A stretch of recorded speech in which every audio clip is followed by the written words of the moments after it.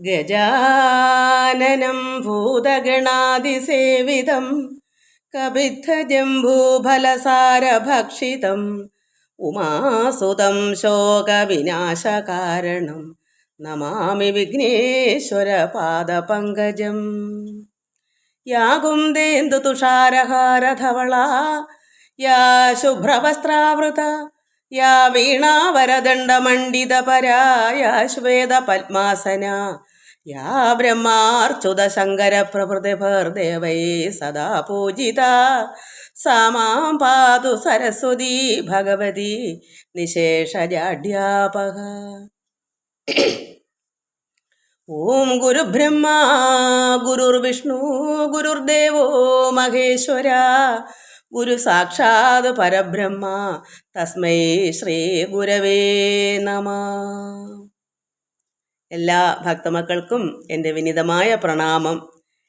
എല്ലാ ഈശ്വരൻ്റെ സന്തതികളായിരിക്കുന്ന ഭക്തമക്കൾക്ക് ആയുരാരോഗ്യവും രോഗശാന്തി, സമാധാനം, ശാന്തി, ഈശ്വരകൃപ എല്ലാ നൽവരങ്ങളും ഉണ്ടാകണമെന്ന് പ്രാർത്ഥിക്കുന്നു.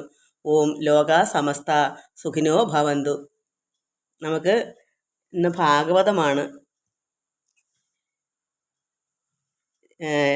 മക്കളുടെ കഴിഞ്ഞ പ്രാവശ്യം ഒരുപാട് മക്കൾ കണ്ടു ഭാഗവതം. രാധ ശിവാനന്ദൻ, പ്രസന്ന, നിർമ്മല പവിത്രൻ, വത്സല ചെല്ലപ്പൻ, ജയ അനിൽ, താര മനോജ്, ഗീത നായർ, ഗീത, ബിജി ബിജു, മനോഹരൻ, മുരളീധരൻ, രാജമ്മ, ഒരുപാട് മക്കൾ കണ്ടു. വേറെയും ഇവിടെ പേര് തന്ന മക്കളുടെ പേര് എല്ലാവർക്കും വേണ്ടി നമുക്ക് ഇനിയും എല്ലാവരും ഭക്തിപൂർവ്വം മുന്നോട്ട് ഉള്ള അറിവ് എനിക്ക് ഉള്ള എത്രയെന്ന് വെച്ചാൽ അത് ഞാൻ എൻ്റെ മക്കൾക്കായിട്ട് തരുന്നു. അത് എല്ലാവർക്കും സന്തോഷമായിട്ട് ഇത് കാണുന്നത് എനിക്ക് വളരെ വളരെ സന്തോഷമുണ്ട്. ഈശ്വരനും സന്തോഷമുണ്ട്. നമ്മളാൽ ഒക്കുന്ന അറിവ് അതാണല്ലോ, അല്ലാതെ എല്ലാം നമുക്ക് അറിയാൻ പറ്റുകയില്ലല്ലോ. നമുക്ക് അല്പം മതി. അത് ഭക്തിപൂർവ്വം ഒന്നും അറിഞ്ഞില്ലെങ്കിലും ഈശ്വരനുള്ള ഭക്തിയാണ് ഭഗവാൻ നോക്കുന്നത്. ഹൃദയം എങ്ങനെയുണ്ടെന്നാണ് നോക്കുന്നത്. അങ്ങനെയുള്ള മക്കൾക്ക് മാത്രമേ ഇത് കൈകാര്യം ചെയ്യാനും പറ്റത്തുള്ളൂ. എല്ലാവർക്കും ഇത് പറഞ്ഞിട്ടില്ല. നല്ല സുഹൃതം, അനേക പാപം ചെയ്യാത്ത മക്കൾ, പാപം ഒട്ടും ഇല്ലാതല്ല, എന്നാലോ ഒരുപാട് പാപം ചെയ്യാത്ത മക്കൾക്ക് മാത്രമേ ഇത് വായിച്ചും മനസ്സിലാക്കാനും ഈശ്വരൻ അനുവദിക്കൂ. കാരണം അല്ലാത്തവർക്ക് പറ്റത്തില്ല. എല്ലാവർക്കും നമസ്കാരം മക്കളെ. നമുക്ക് ഈശ്വരനെ സ്തുതിച്ചിട്ട് ഭാഗവതം വായിക്കാം. മക്കളെ, ഞാൻ എഴുതിയ നാമമാണ് ചൊല്ലുന്നത്. അ ആ ഇ ഈ ഉ എന്നുള്ള ആദ്യ അക്ഷരങ്ങൾ അങ്ങനെ വരുന്നതാണ്. അങ്ങനെ വെച്ചാൽ ഞാൻ എഴുതിയേക്കുന്നത്. ഭഗവാൻ തന്നെ നമുക്ക് ചെറിയ ചെറിയ ഇങ്ങനെ എഴുതിക്കുമ്പോൾ ഭഗവാന്റെ ഒരു അനുഗ്രഹം കൊണ്ട് അങ്ങനെ ചെയ്തു. നമുക്കത് ചൊല്ലാം. അനുഗ്രഹം നൽകണേ വിശ്വൈകനാഥ, വാഴ്ത്തി സ്തുതിക്കുന്നു ഞങ്ങൾ. കൃഷ്ണ ഹരേ ജയ കൃഷ്ണ ഹരേ ജയ കൃഷ്ണ ഹരേ ജയ കൃഷ്ണ ഹരേ. ആരോമലുണ്ണിയായി വന്നു പിറന്നൊരു ലോകൈകനാഥനെ വന്ദിക്കുന്നേൻ. കൃഷ്ണ ഹരേ ജയ കൃഷ്ണ ഹരേ ജയ കൃഷ്ണ ഹരേ ജയ കൃഷ്ണ ഹരേ. ഇല്ലത്തെ ദുഃഖങ്ങൾ തീർത്തിട്ടു ഞങ്ങളെ ഉണ്മയിലേക്കു നടത്തിടണേ. കൃഷ്ണ ഹരേ ജയ കൃഷ്ണ ഹരേ ജയ കൃഷ്ണ ഹരേ ജയ കൃഷ്ണ ഹരേ. ഇല്ലത്തെ ദുഃഖങ്ങൾ, ഇല്ലം വീട്, നമ്മുടെ വീട്ടിലെ ദുരിതങ്ങളെല്ലാം മാറ്റണമേ. എന്നാലേ നമുക്ക് ഉണ്മയിലേക്ക് നടക്കാൻ പറ്റൂ. സത്യത്തിലേക്കുള്ള വഴിയിലേക്ക് നടക്കണമെങ്കിൽ നമ്മുടെ ഭാരങ്ങളെല്ലാം ഭഗവാൻ വഹിക്കണം. നമുക്ക് എന്തെല്ലാമാണ് വിഷമങ്ങൾ, വേദനകൾ, ദുരിതങ്ങൾ, ഇതൊക്കെ മാറ്റണം. ഇല്ലം നമ്മുടെ ഗൃഹമാണ്. ഇല്ലം എന്ന് പറഞ്ഞാൽ വീട്. അവിടുത്തെ വിഷമങ്ങളെല്ലാം മാറ്റണമേ. നമുക്ക് എന്തിനു വേണ്ടിയാ? ഈശ്വരനിലേക്ക് അടുക്കാൻ, ഉണ്മ സത്യത്തിലേക്കുള്ള നടത്തത്തിന് വേണ്ടി മാറ്റണമേ. ഈ ലോകമോഹങ്ങൾ ദൂരവേ നീക്കിയിട്ട് ശാന്തിയിലേക്കു നയിച്ചിടണേ. കൃഷ്ണ ഹരേ ജയ കൃഷ്ണ ഹരേ ജയ കൃഷ്ണ ഹരേ ജയ കൃഷ്ണ ഹരേ. ഈ ലോകത്തിലെ മോഹങ്ങൾ നമുക്ക് ഒന്ന് കിട്ടുമ്പം രണ്ട്, അത് കിട്ടുമ്പം 10, 100 ഇങ്ങനെയുള്ള മോഹങ്ങളൊക്കെ ദൂരെ കളയണം. ഉള്ളതിനെ തൃപ്തികരമാക്കാൻ ഭഗവാന്റെ അനുഗ്രഹം നമുക്കുണ്ടാകണം. എന്നാലേ നമുക്ക് ശാന്തി കിട്ടൂ. സമാധാനവും ശാന്തിക്കും വേണ്ടി പ്രാർത്ഥിക്കുമ്പോൾ ഭഗവാനോട് പറയണം, ഈ ലോകത്തിലെ മോഹങ്ങൾ, അത്യാഗ്രഹങ്ങൾ ആവശ്യം നടന്നു പോകണം, നമ്മുടെ ആവശ്യങ്ങളൊക്കെ നടക്കണം. ഭഗവാൻ അറിയാം നമുക്ക് വായും വയറും ഉണ്ട്, കുടുംബമുണ്ട്, അപ്പോൾ എല്ലാം വേണം. പക്ഷേ ഒന്ന് കിട്ടുമ്പോൾ 10 വേണമെന്ന് പറഞ്ഞ് മരിക്കോളം ആഗ്രഹിക്കുന്നവരുണ്ട്. അതിനെ ദൂരെ കളയണമേ, അതിനെ ഹനിക്കണമേ. ഉണ്ടെന്നുള്ളൊരഹമ്മതി കൂടാതെ താഴ്മയിലെന്നെ നടത്തിടണേ. കൃഷ്ണ ഹരേ ജയ കൃഷ്ണ ഹരേ ജയ കൃഷ്ണ ഹരേ ജയ കൃഷ്ണ ഹരേ. ഉണ്ടെന്നുള്ള അഹമ്മതി പരല് നമുക്ക് എത്രത്തോളം പരമാത്മാവ് നമുക്ക് എല്ലാ സൗഭാഗ്യവും തരും. പക്ഷേ നമ്മുടെ ഉള്ളത്തിൽ എന്ത് വേണം? ഒന്നും നമ്മുടേതല്ല, എനിക്കൊന്നുമേ ഇല്ല, എല്ലാം പരമാത്മാവിൻ്റെ വകയാണ്. നമ്മളിവിടെ ഒരു പരദേശിയെ പോലെ, ഒരു വാടക വീട്ടിൽ കഴിയുന്നത് പോലെ മനസ്സ് വേണം, അത്രയേ ഉള്ളൂ. മനസ്സിനകത്ത് ഉണ്ട്, എനിക്കെല്ലാം ഉണ്ട്, ഞാൻ ആരാ എന്നുള്ള ഞാൻ എന്നുള്ളൊരു അഹങ്കാരം, അതാണ് ഉണ്ടെന്നുള്ളൊരു അഹമ്മതി കൂടാതെ അതുണ്ടാവരുതേ. എത്രത്തോളം പരമാത്മാവ് നമുക്ക് സൗഭാഗ്യം തരും, പക്ഷേ നമ്മുടെ ഉള്ളത്തിൽ ഇതൊന്നും ഇല്ല എന്നുള്ള മനസ്സോടുകൂടി ഇരിക്കണം. അതാണ്. എന്നാൽ താഴ്മ വേണം. ചിലരങ്ങനല്ല, എന്തെങ്കിലും ഉണ്ടെങ്കിൽ ഞാൻ വലിയവനാണ്, എന്നിൽ കവിഞ്ഞ് ആരുമില്ല എന്നുള്ള ഒരു അഹങ്കാരം, ഹുങ്കുണ്ടാകും. അത് വേണ്ട, നമുക്ക് താഴ്മ മതി. എത്ര ഉണ്ടെങ്കിലും മറ്റുള്ളവരുടെ മുമ്പിൽ നമുക്കൊന്നും മനസ്സുകൊണ്ട് നമ്മൾ വിനയം കാണിക്കുക, താഴ്മ കാണിക്കുക. ഊമയായി എന്നെ നടത്തല്ലേ ദൈവമേ, നാമം ജപിക്കുവാൻ ശക്തി തരൂ.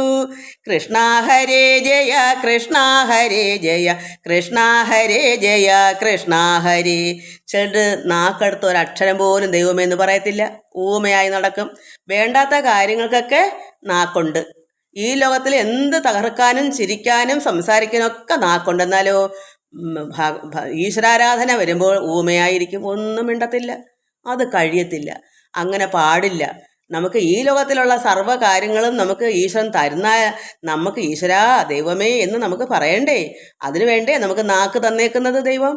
അപ്പോൾ പരമാത്മാവിനെ ആരാധിക്കുമ്പം നമുക്ക് നാക്ക് തന്നേക്കുന്ന ഈശ്വരവചനങ്ങൾ കേൾക്കാനും പറയാനും ഒക്കെയാണ് ചെവി തന്നേക്കുന്നത്, നാക്ക് തന്നേക്കുന്നത്. കേൾക്കുകയും വേണം, പറയുകയും വേണം, പ്രാർത്ഥിക്കണം.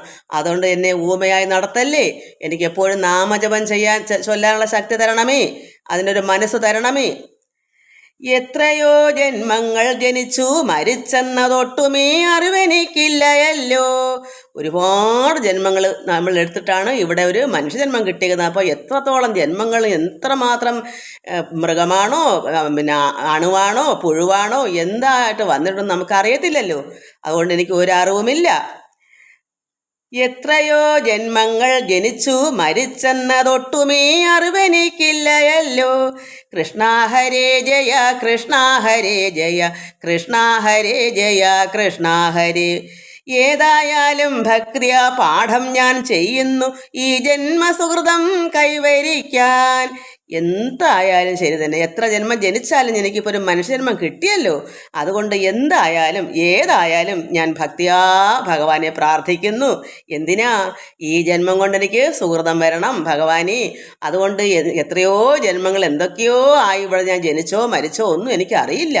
എന്തോ ആയാലും ഇപ്പോൾ എനിക്ക് ഒരു മനുഷ്യജന്മം ഭഗവാൻ തന്നല്ലോ. അതുകൊണ്ട് എനിക്ക് സുഹൃതം കിട്ടണം, എനിക്ക് ഈശ്വരങ്കിലേക്ക് ചേരണം. അതുകൊണ്ട് ഞാൻ ഭക്തിയാ ഞാൻ ഭജിക്കുന്നു, പാഠം ചെയ്യുന്നു. ഐഹിക മോഹങ്ങൾ ഉള്ളിൽ കടക്കാതെ ജ്ഞാനോദയം ഉള്ളിലുറച്ചിടണേ. കൃഷ്ണ ഹരേ ജയ കൃഷ്ണ ഹരേ ജയ കൃഷ്ണ ഹരേ ജയ കൃഷ്ണ ഹരേ. ഐഹിക മോഹച്ച ഈ ലോകമോഹമാണ് ഇഹലോകം. അതാണ് ഐഹിക മോഹങ്ങൾ ഉള്ളിൽ കടക്കണ്ട. നമുക്ക് ആഗ്രഹങ്ങൾ ഇങ്ങനെ ഉള്ളിൽ, അതേ നമുക്ക് വരുന്നതെല്ലാം അനുഭവിക്കാം, പക്ഷെ അത് തന്നെ ഉള്ളിൽ കിടക്കണ്ട. എന്താ പിന്നെ കിടക്കേണ്ടേ? ജ്ഞാനോദയം, ഭഗവാന്റെ ഈ വചനങ്ങൾ അത് അയവിറക്കുക. ഒരു പശു പുല്ല് തിന്നിട്ട് അപ്പോഴെല്ലാം മിഴുങ്ങി മിഴുങ്ങി ഇറക്കും, പിന്നെ എവിടെയെങ്കിലും പോയി വിശ്രമിക്കുമ്പോഴാണത് അയവെട്ടി അത് ദഹിപ്പിക്കുന്നത്. അതുപോലെ നമ്മുടെ ഉള്ളിൽ എന്താ കിടക്കേണ്ടേ? ഈശ്വരാരാധന, ഭഗവത് വചനങ്ങൾ. ഇന്ന് എന്താ കേൾക്കുന്നത്? ഇന്ന് ഭാഗവതമോ രാമായണമോ അതല്ലെങ്കിൽ നല്ല നല്ല മഹാത്മാക്കളുടെ പ്രഭാഷണങ്ങളൊക്കെ കേൾക്കുമ്പോൾ അത് നമ്മുടെ ഉള്ളിൽ വരണം. എന്തിനാ? ജ്ഞാനോദയം. നമുക്ക് അറിവ് ഉള്ളിൽ ഉദിക്കണം. അതിനുവേണ്ടി ഈ ലോക മോഹങ്ങളെല്ലാം ത്യജിക്കണം മനസ്സുകൊണ്ട്. അതുകൊണ്ട് അങ്ങനെ ഉണ്ടെങ്കിൽ മാത്രമേ ഉള്ളിൽ കടക്കാതിരിക്കണം. നമ്മൾ ഇന്ന് എന്തൊക്കെയോ ചെയ്തു, എന്തൊക്കെയോ അനുഭവിച്ചു, എന്തൊക്കെയോ ആഹാരങ്ങൾ കഴിച്ചു, ഇത് അപ്പോഴവിടെ അങ്ങ് കളയുക. അപ്പോഴല്ല എന്താ പിന്നെ ഉള്ളിൽ വേണ്ട? ഇടസമയത്തും എല്ലാം ഈശ്വരൻ്റെ വചനങ്ങൾ ഉള്ളിൽ കിടക്കണം. അല്ലാതെ ഞാൻ ഇന്ന് ഞാൻ ഇന്ന വിഭവങ്ങളെല്ലാം കൂട്ടി കഴിച്ചു, അടുത്ത സമയം നമുക്ക് എന്താണ് ഇനി രാത്രിയിലത്തേക്കുള്ള ആഹാരം എന്ന് ഒരുപാട് പേരങ്ങനെ ഉച്ചയ്ക്ക് നല്ല ആഹാരം, ഇനി രാത്രി നമുക്ക് എന്താണ് അടുത്ത പരിപാടി? നമുക്ക് ഇന്ന് നമുക്ക് ബിരിയാണി വെക്കാം. എന്നൊക്കെ പേര് പോലും അറിയത്തില്ല. ബിരിയാണി എന്നായിരിക്കും. ബിരിയാണി ആവട്ടെ, അല്ലെങ്കിൽ മറ്റതാവട്ടെ. ഇതാണ് ഇന്ന് ജനങ്ങളുടെ ചിന്തകൾ. എന്ത് കഴിക്കണം, എന്തുണ്ടാക്കണം, ഇതാണ്. എന്നാൽ ഐഹിക ഈ മോഹങ്ങളൊക്കെ വരുന്നത് പോലെ നമ്മളെല്ലാം അനുഭവിക്കുക, നന്നായി നമുക്ക് ഭക്ഷിക്കണം, എല്ലാം വേണം. പക്ഷേ അത് കഴിഞ്ഞാൽ പിന്നെ നമുക്ക് എന്താണ് ചിന്ത ഉള്ളിൽ? ഈശ്വരാരാധനകൾ വേണം. അല്ലാതെ അടുത്ത നിമിഷം ഇനി എന്താ, ഇനി ഇപ്പോഴേ ഒരുങ്ങണ്ടേ, എന്നാലല്ലേ ഇനി അടുത്ത നേരത്തേക്ക് ആകൂ. ഇതാണിന്ന് ലോകത്ത്. അതുകൊണ്ട് അത് പാടില്ല. ഐഹിക മോഹങ്ങളൊക്കെ ഉള്ളിൽ കടക്കണ്ട. ഈ ലോകത്തിലുള്ള മോഹങ്ങളൊന്നും ഉള്ളിൽ വെച്ചേക്കണ്ട. നമ്മുടെ ഉള്ളിൽ എന്താ? ജ്ഞാനോദയം. ഭഗവാന്റെ പരമാത്മാവാണ് അറിവെന്ന് പറയുന്നതാണ് ഈശ്വരൻ. ഈ അറിവ് നമ്മുടെ ഉള്ളിലുണ്ടെങ്കിലേ നമ്മുടെ ഹൃദയത്തിൽ ജ്ഞാനം ഉദിച്ചു വരും. അങ്ങനെ അതാണ് നമ്മുടെ ഉള്ളിൽ ഉറയ്ക്കണം. അതാണ് ഇതിൽ പറയുന്നത്. ഒന്നുകൊണ്ടും ഒരു ദ്രോഹവും ആരോടും ചെയ്യാതെ എന്നെ നടത്തിടണേ. കൃഷ്ണ ഹരേ ജയ, കൃഷ്ണ ഹരേ ജയ, കൃഷ്ണ ഹരേ ജയ, കൃഷ്ണ ഹരേ. ഒന്നുകൊണ്ടും ഒരു എറുമ്പിനെ പോലും പീഡിപ്പിച്ചുകൂടാ, വിഷമിപ്പിച്ചുകൂടാ, ദുഃഖിപ്പിച്ചുകൂടാ. നമ്മൾ അറിഞ്ഞ് ഒരു എറുമ്പിനെ പോലും ചവിട്ടി തേക്കരുത്. അപ്പോൾ ഒന്നുകൊണ്ടും ഒരു ദ്രോഹവും ആരോടും ചെയ്യാതെ, എന്ന് വെച്ചാൽ മനുഷ്യരോട് മാത്രമല്ല, സർവ്വ സൃഷ്ടികളോടും. ഒരു വാഴയില പോലും നമ്മൾ കണ്ടിക്കുമ്പോൾ അതിനോട് ചോദിക്കണം, ഞാനതൊന്ന് വെട്ടിക്കോട്ടെ, എനിക്ക് ഇന്നതുപോലെ ഒരു കാര്യത്തിനാ, ഒരു പുഷ്പം ഞാൻ പിച്ചിക്കോട്ടെ. അങ്ങനെ ചോദിച്ചിട്ട് വേണം ഇതെല്ലാം നമ്മൾ ചെയ്യാൻ. അതും അവർ ജീവനുള്ളതാണ് നമ്മൾ കരുതണം. അപ്പോൾ എല്ലാം നമ്മൾ അങ്ങനെ ഒരു പ്രവൃത്തി വന്നെങ്കിൽ മാത്രമേ നമ്മുടെ ഉള്ളിൽ അറിവ് കൊണ്ട് നമുക്ക് ഉദിച്ചു വരൂ. ജ്ഞാനോദയം ഉള്ളിൽ ഉദിക്കണമെങ്കിൽ നമുക്ക് ഇതെല്ലാം കൃത്യനിഷ്ഠ ചെയ്യണം. അല്ലാതെ വെറുതെ പ്രാർത്ഥിച്ചിട്ട് മാത്രം പോരാ, നമ്മുടെ പ്രവൃത്തിയും നന്നായിരിക്കണം. അതുകൊണ്ട് ഒന്നുകൊണ്ട് ഒരു ദ്രോഹവും ആരോടും ചെയ്യാതെ എന്നെ നടത്തണമേ ഭഗവാനേ. ഓർമ്മശക്തിയും കൃത്യനിഷ്ഠ ജപം ശ്രദ്ധയും വേണം അന്ത്യം വരെ. കൃഷ്ണ ഹരേ ജയ, കൃഷ്ണ ഹരേ ജയ, കൃഷ്ണ ഹരേ ജയ, കൃഷ്ണ ഹരേ. നമുക്ക് ഓർമ്മശക്തി നിലനിൽക്കണം. എന്തിനാ ഓർമ്മശക്തി? നമുക്ക് അന്ത്യം വരെ എന്താ? കൃത്യനിഷ്ഠ വേണം. അന്നന്ന് എന്തൊക്കെയാണ് ചെയ്യേണ്ടുന്നത്? ഈശ്വരാരാധനയായാലും മറ്റ് തൊഴിലായാലും എല്ലാത്തിനും നമുക്ക് ഓർമ്മ വേണം. അതുപോലെ കൃത്യനിഷ്ഠ, ജപം, ഇതൊക്കെ വേണം. ശ്രദ്ധ വേണം. ശ്രദ്ധയില്ലെങ്കിൽ ഒന്നും പറ്റത്തില്ല. നമുക്ക് ശ്രദ്ധ, എല്ലാത്തിനും ശ്രദ്ധ. ഒരു നാമം നമ്മൾ കേൾക്കും, അതും ശ്രദ്ധിച്ച് കേൾക്കണം. ആ ശ്രദ്ധയ്ക്ക് അത്രമാത്രം മാഹാത്മ്യമുണ്ട്. അല്ലാതെ വെറുതെ ഒന്ന് കേൾക്കുമ്പോൾ എവിടെയോ മനസ്സ് പോയാൽ ശ്രദ്ധിക്കാൻ പറ്റൂ? നമുക്ക് ഈ വചനം തന്നെ ഞാനിപ്പോൾ ഇത് പറയുന്നു, മക്കൾ ഇതിനകത്ത് എത്ര പേര് ശ്രദ്ധിച്ച് കേൾക്കുന്നു എന്ന് എനിക്കറിയില്ലല്ലോ. അതുപോലെ അന്ത്യം വരെ ഓർമ്മശക്തിയൊക്കെ നിലനിൽക്കണം. എന്താ? അന്ത്യനാളിൽ നമ്മൾ ഓർമ്മയില്ലാതെ പലരും മരിക്കുന്നവർ, ശരീരം മരിക്കുമല്ലോ. അപ്പോൾ നമ്മൾ ഇന്ദ്രിയങ്ങളാകുന്നതൊക്കെ ഇങ്ങനെ മരിച്ചങ്ങ് ഓർമ്മയില്ലാതെ പോവും. അപ്പോഴെന്ത് വരും? ഈശ്വരനോട് ചേരാൻ നമ്മൾ ചേർന്നില്ല, നമുക്ക് അറിയാൻ പറ്റുന്നില്ല. അതുകൊണ്ട് ഭഗവാനിലോട്ടുള്ള ആ ഒരു പോക്ക്, നമ്മുടെ പരമാത്മാവിലേക്ക് ലയിക്കാനുള്ള, അതിനാണ് ഓർമ്മശക്തി വേണം. അല്ലെങ്കിൽ നമ്മൾ എപ്പോൾ മരിച്ചെന്ന് പോലും നമുക്ക് ഓർമ്മയില്ലാതെ കടന്നു പോകും. മരിച്ചോ മരിച്ചില്ലയോ, കണ്ടോ കണ്ടില്ലയോ ഒന്നും അറിയില്ല.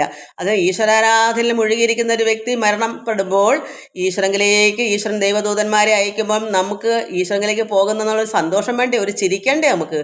ആ ചിരിയോടുകൂടി ആ പരമാത്മാവ് അവിടുന്ന് ദൂതന്മാരെ വിടുമ്പോൾ നമുക്ക് സന്തോഷപൂർവ്വം അവിടേക്ക് പോകാൻ നമ്മൾ അപ്പോഴെന്ത് വരും? ഈ ലോകത്തുള്ള സർവ്വതും മറന്നു പോകും. എന്താ കാരണം? അത്ര തേജസ്സോടുകൂടിയാണ് മഹാവിഷ്ണുവിൻ്റെ ദൂതന്മാർ വരുന്നത്. ആനന്ദം കൊണ്ട് നമ്മൾ സന്തോഷിച്ചിരിച്ച് അവരെ കൂടെ അങ്ങ് പോകും. അതിനു വേണ്ടി നമുക്ക് ശ്രദ്ധയും ഓർമ്മയും ഒക്കെ വേണം. പിന്നെ ഔവണ്ണമായുള്ള ജീവിത രീതിയിൽ ചൊവ്വോടെ എന്നെ നടത്തിടണേ. കൃഷ്ണ ഹരേ ജയ, കൃഷ്ണ ഹരേ ജയ, കൃഷ്ണ ഹരേ ജയ, കൃഷ്ണ ഹരേ. ഔവണ്ണമായുള്ള ഇങ്ങനെയുള്ള ജീവിത രീതി, ഇത്രയും നമ്മൾ പറഞ്ഞതെല്ലാം നമ്മുടെ ജീവിത രീതി കൊണ്ടുവരണം. അത് ചൊവ്വോടെ അങ്ങനെ എന്നെ നന്നായി നടത്തണമേ. ഈ പറഞ്ഞ രീതിയിലെല്ലാം എന്നെ നടത്തണമേ. അംബുജലോചന കാരുണ്യവാരിധേ സന്തതം നിൻ പാദം വന്ദിക്കുന്നേൻ. കൃഷ്ണ ഹരേ ജയ കൃഷ്ണ ഹരേ ജയ കൃഷ്ണ ഹരേ ജയ കൃഷ്ണ ഹരേ.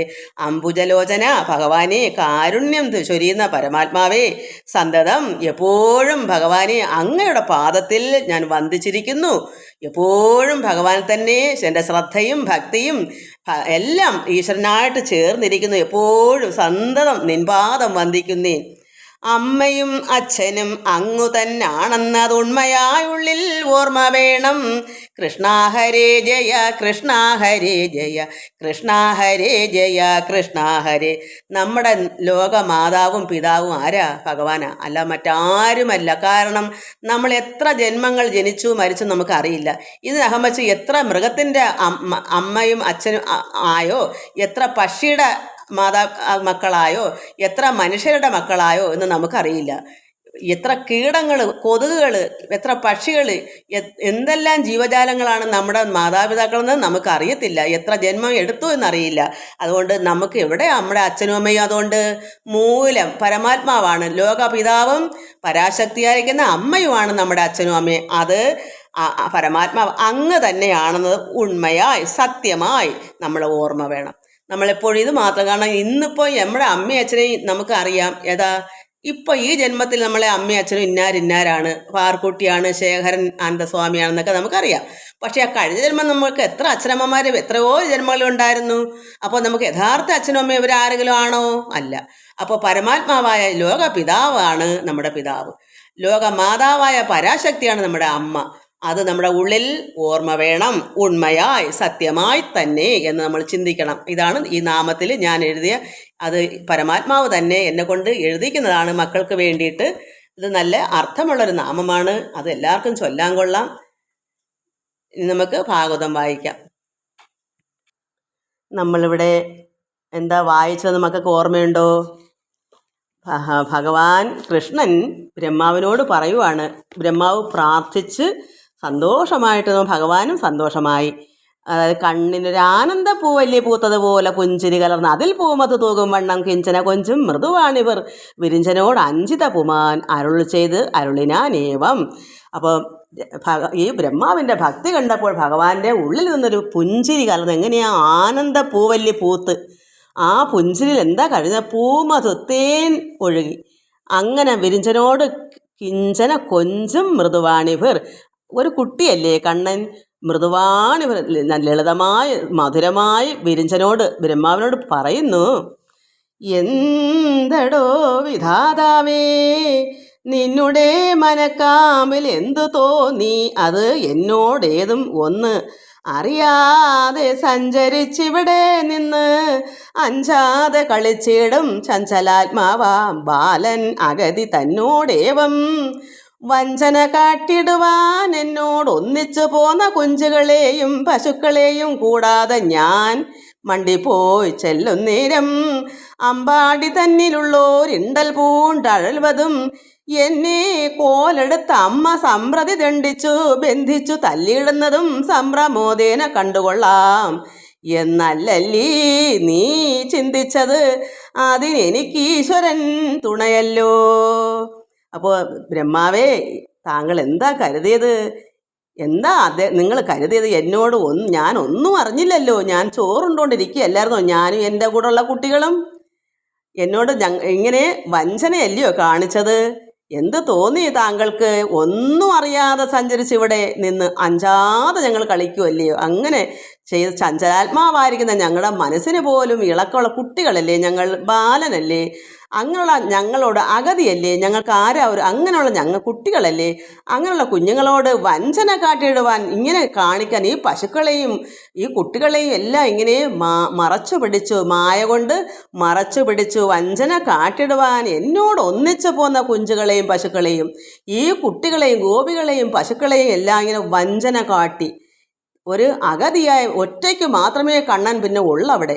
കുട്ടികളെയും, കാരണം ഭഗവാൻ ചോറും എടുത്തും കൊണ്ട് പോയി, പശുക്കളെ നോക്കിയിട്ട് കണ്ടില്ലാത്തതുകൊണ്ട് വരാമെന്നും പറഞ്ഞ് കുട്ടികൾ അവിടെ പോയിരുന്ന് ചോറ് കഴിച്ചോളൂ, ഞാൻ പോയി നോക്കിയിട്ട് വരാം എന്നും പറഞ്ഞ് ഇടത്തെ കയ്യിൽ ചോറും പിടിച്ച് ഭഗവാൻ കൃഷ്ണൻ പശുക്കളെ നോക്കാൻ പോയപ്പോൾ പശുക്കളെ കാണാഞ്ഞ് നോക്കി നോക്കി തിരിച്ചു വന്നപ്പോൾ കുട്ടികളെയും കാണുന്നില്ല. അദ്ദേഹം ഈ ബ്രഹ്മാവ് പശുക്കളെയും മറച്ചു, ഉള്ള കുട്ടികളെയും മറച്ചു. അപ്പോൾ ഭഗവാൻ ഇത്രമാത്രം കുഞ്ഞാണ്, അഗതിയല്ലേ, അങ്ങനെയുള്ള എന്നോട് വഞ്ചന കാട്ടി ആ കുട്ടികളെയും പശുക്കളെയും കൂടാതെ ഇവരെ ഇല്ലാതെ ഞാൻ എങ്ങനെ മണ്ടിപ്പോയി ചെല്ലും? എൻ്റെ വൈകുന്നേരം സന്ധ്യയാകുമ്പോൾ ഞാൻ ഈ കുട്ടികളും പശുക്കളും ഇല്ല എങ്ങനെ ഞാൻ എൻ്റെ വീട്ടിലേക്ക് പോകും?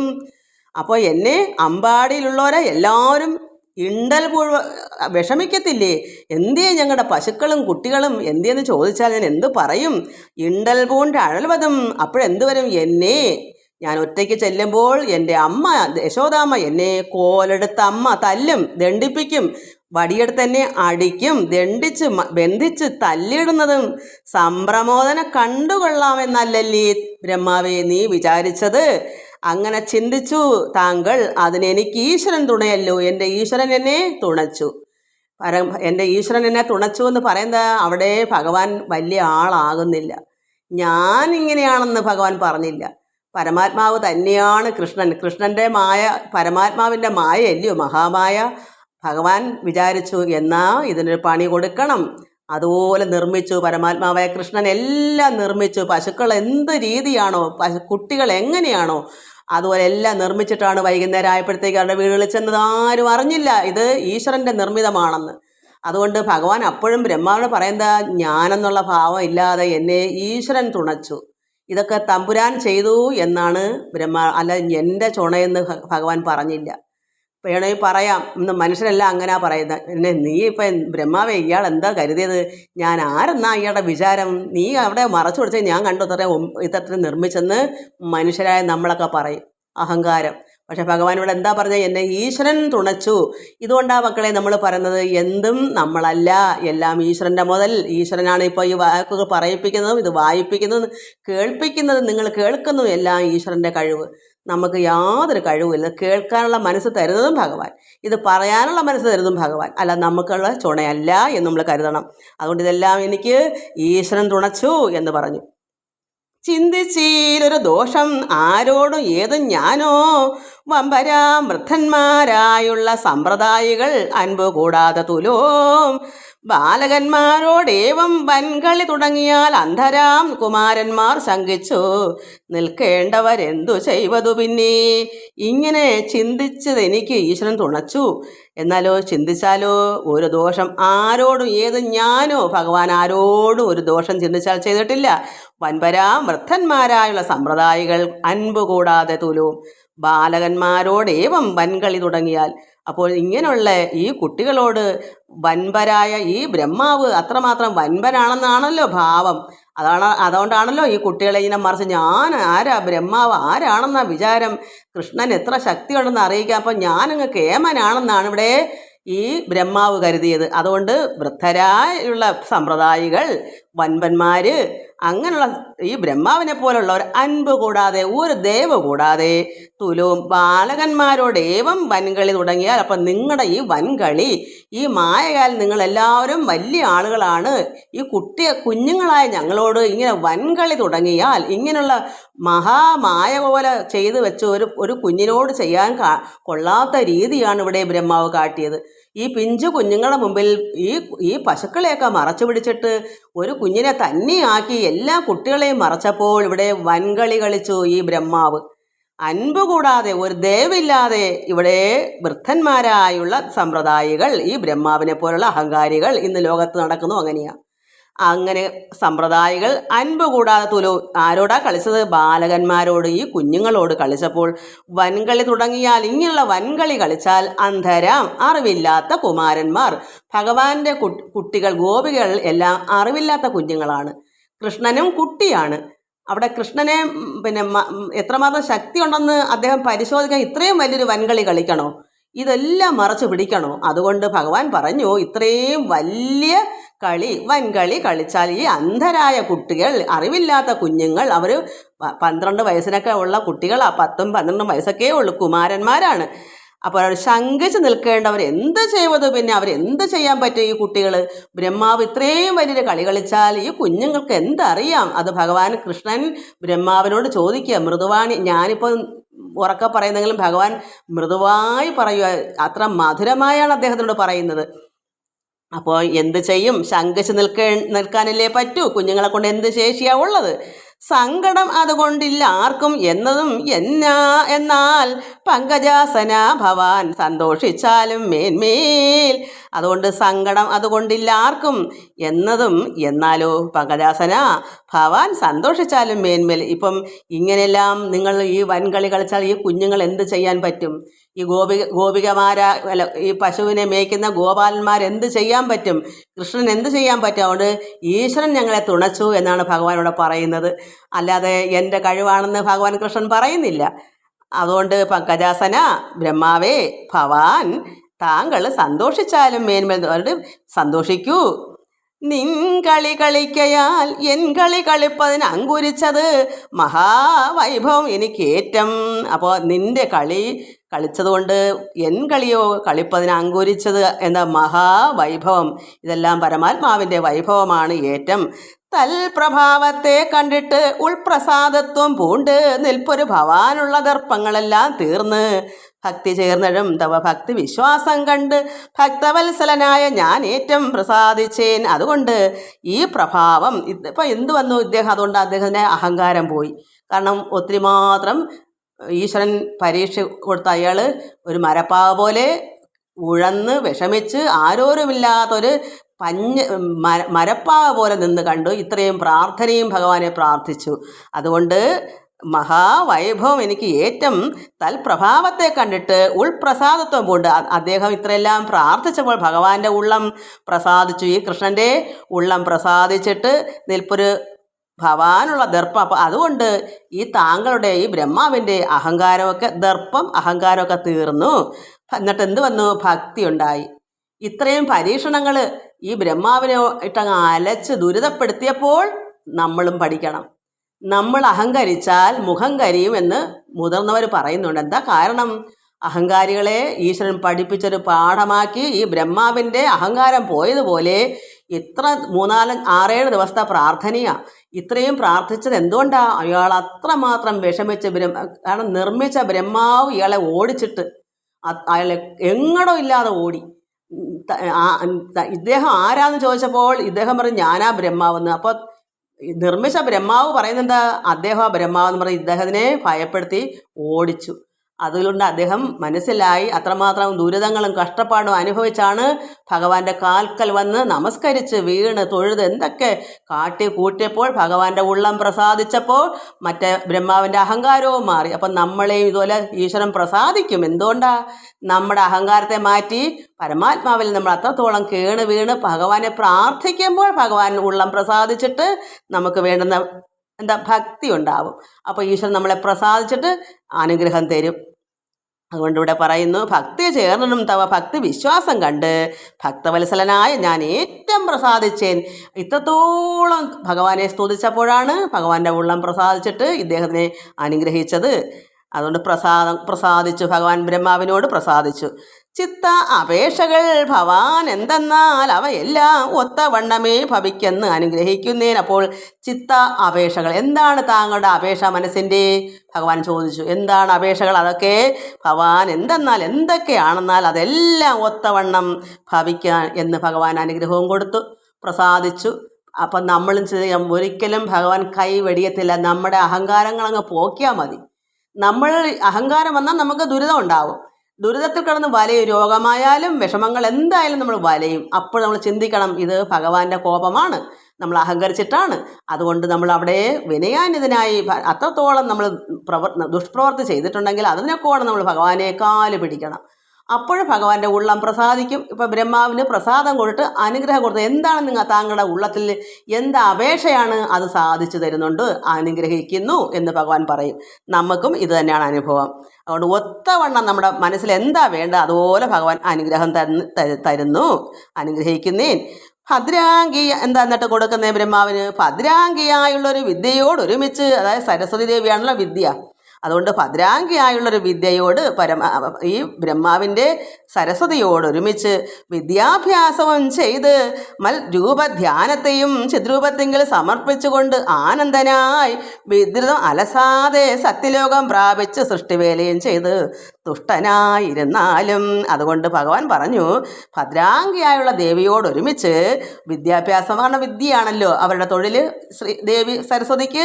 അതുകൊണ്ട് അവിടെ ചെന്ന് ബ്രഹ്മലോകത്ത് സത്യലോകത്ത് പോയി വിദ്യാഭ്യാസമൊക്കെ ചെയ്ത് രൂപധ്യാനത്തെ ഭഗവാനെ തന്നെ ധ്യാനിച്ച് പിന്നെ ചിദ്രൂപത്തെങ്കിൽ സമർപ്പിച്ചുകൊണ്ട് എല്ലാം പരമാത്മാവിൽ സമർപ്പിച്ചുകൊണ്ട് വിദ്രുതം അലസാതെ നല്ലതായി അലസത പിടിക്കാതെ എപ്പോഴും നല്ല ഹൃദയത്തോടെ തെളിഞ്ഞ് പരമാത്മാവിൽ ലയിക്കുമ്പോൾ തെളിയും, പ്രകാശിക്കും. അതുകൊണ്ട് ചിദ്രൂപത്തിൽ എങ്കിൽ സമർപ്പിക്കണം, ഭഗവാനിൽ സമർപ്പിക്കണം. വിദ്യാഭ്യാസം ചെയ്ത് ദേവിയും ഒത്തുപോയി അവിടെ സുഖിച്ചു കഴിയൂ. അതാണ് വിദ്രുതം അലസാതെ. നമുക്കും ഭഗവത് കീർത്തനങ്ങളും ഭാഗവത വചനങ്ങളും കേൾക്കുമ്പോൾ നമ്മുടെ ഉള്ളും പ്രസാദിക്കണം, അലസതയൊക്കെ മാറണം. നമുക്ക് തലവേദനയുണ്ടോ, വയറുവേദനയുണ്ടോ, കൈയും കാലും കഴപ്പുണ്ടോ, എന്ത് വിഷമങ്ങളുണ്ടോ, ഇതൊക്കെ മാറും. എന്താ കാരണം? അലസതയാണ് ഇതിലെല്ലാം കാരണം. എന്തലസതയാ? നേരം വെളുത്താൽ ഇരുട്ടോളം മടിയാ, ഒന്നും ചെയ്യാൻ കഴിയത്തില്ല, അലസത, ഉള്ളിനകത്ത് പ്രസാദമില്ല, തെളിവില്ല, പ്രകാശമില്ല. ഈശ്വരവചനങ്ങൾ ഉള്ളിലുണ്ടെങ്കിലല്ലേ പ്രകാശം വരത്തുള്ളൂ. അപ്പോൾ ഇതിങ്ങനെ രൂപധ്യാനത്തെ ഭഗവാനെ ധ്യാനിച്ച് സർവ്വകർമ്മങ്ങളും അരിയും കറിയും വെക്കുന്ന തൊഴിലാവട്ടെ, അല്ലെങ്കിൽ മറ്റു തൊഴിലാവട്ടെ, അല്ലെങ്കിൽ കുന്താരത്ത് കിളയ്ക്കുന്നതാകട്ടെ, ഇത് ആണുങ്ങൾക്കും പെണ്ണുങ്ങൾക്കും ഒരുപോലെയാണ്. ഇവിടെ പരമാത്മാവിയുടെ ആണും പെണ്ണുമില്ല, എല്ലാം ഒരുപോലെയാണ്. ഇവിടെ പെണ്ണെന്നും ആണെന്നും ഇല്ല. ഈശ്വരങ്ങളിൽ എല്ലാം സമഭാവനയാണ്. അതുകൊണ്ട് നമ്മൾ എന്ത് വേണം? ഉള്ളം പ്രസാദിക്കുമ്പോൾ നമ്മൾ അലസത മാറും, അലസത മാറുമ്പോൾ രോഗം മാറും. അപ്പോൾ നാഡീ ഞരമ്പിലെല്ലാം ശുദ്ധരക്തം ഇങ്ങനെ പകർന്നു ഒഴുകും. അപ്പോൾ നമ്മുടെ അലസത മാറിയിട്ട് അപ്പം വിദ്യുതം അലസാതെ സത്യലോകം പ്രാപിച്ച് ഈശ്വരങ്കിലേക്ക് സത്യത്തെ മാത്രം ഉൾക്കൊണ്ട് ബ്രഹ്മാവിനോടും പറഞ്ഞു, നിങ്ങൾ ബ്രഹ്മലോകത്ത് പോയി അത് സത്യലോകം പ്രാപിച്ചിട്ട് എന്ത് വേണം? സൃഷ്ടിവേല. അദ്ദേഹത്തിൻ്റെ ജോലി കർമ്മം എന്താണ്? സൃഷ്ടി ചെയ്യുക എന്നുള്ള ജോലിയാണ് ഭഗവാൻ കൊടുത്തേക്കുന്നത്. ഭഗവാൻ തന്നെയാണ് ചെയ്യിക്കുന്നത്. ഈ ബ്രഹ്മാവിനെ തൊഴിൽ കൊടുത്തേക്കുന്നത് അല്ല, ബ്രഹ്മാവല്ലത്. ഇത് എല്ലാം ഈശ്വരൻ ഒരേ ഒരു പരമാത്മാവ് തന്നെയാണ് ഈ സൃഷ്ടിയും സ്ഥിതിയും സംഹാരവും. അതായത് നമ്മളെ സൃഷ്ടിക്കുകയും നമ്മളെ രക്ഷിക്കുകയും അത് പരിപാലിക്കുകയും പിന്നെയോ ലയം എല്ലാം സംഹരിക്കുകയും ചെയ്യുന്നതെല്ലാം ഈശ്വരൻ ഏകനാണ്. ഓരോരുത്തർക്കും ഓരോ തൊഴിൽ കൊടുത്തേക്കുന്നത് എല്ലാം ഈശ്വരൻ്റെ അംശമായി ബ്രഹ്മാവും വിഷ്ണുവും മഹേശ്വരനുമായി നിന്നുകൊണ്ട്. അപ്പം ബ്രഹ്മാവിനോട് പറഞ്ഞു, സത്യലോകത്ത് പോയി നിന്നുകൊണ്ട് താങ്കളുടെ ജോലി ചെയ്യുക. എന്താ? സൃഷ്ടിവേല നടത്തുക. സൃഷ്ടിവേലയും ചെയ്ത് തുഷ്ടനായിരുന്നാലും സന്തോഷത്തോടെ ഇരിക്കുക.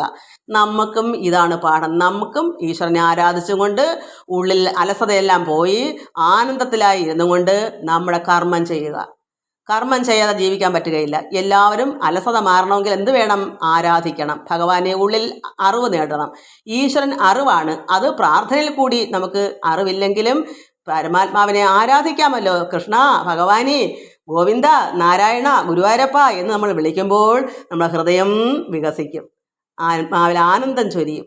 അപ്പോൾ നമുക്ക് അലസത മാറും. അങ്ങനെ നമ്മൾ നമ്മുടെ കർമ്മങ്ങൾ ചെയ്യാം. നമുക്ക് എന്താ നമ്മുടെ കർമ്മങ്ങൾ? നമുക്ക് ഉദ്യോഗമാണോ? ഗവൺമെൻറ് ഉദ്യോഗമാണോ? അത് അല്ല, വീട്ടുജോലിയാണോ? അത്. എന്ത് പ്രവൃത്തികളും നമ്മൾ ഈശ്വരനെ ഉള്ളിലാക്കിക്കൊണ്ട് അലസത മാറി അത്രത്തോളം ജ്ഞാനം ഉള്ളിൽ ഉദിച്ചു വരികയും ചെയ്യും ഈശ്വരനെ. അപ്പോൾ നമുക്കിതൊക്കെ മനസ്സിലാവും, ആനന്ദമുണ്ടാകും, ഈശ്വരനിലേക്ക് ലയിക്കാം, ചേരാം, സുഹൃതമുണ്ടാകും. എല്ലാവർക്കും നമസ്കാരം. ഓം ലോകാ സമസ്ത സുഖിനോ ഭവന്തു. ഹരി ഓം, ഹരി ഓം, ഹരി ഓം.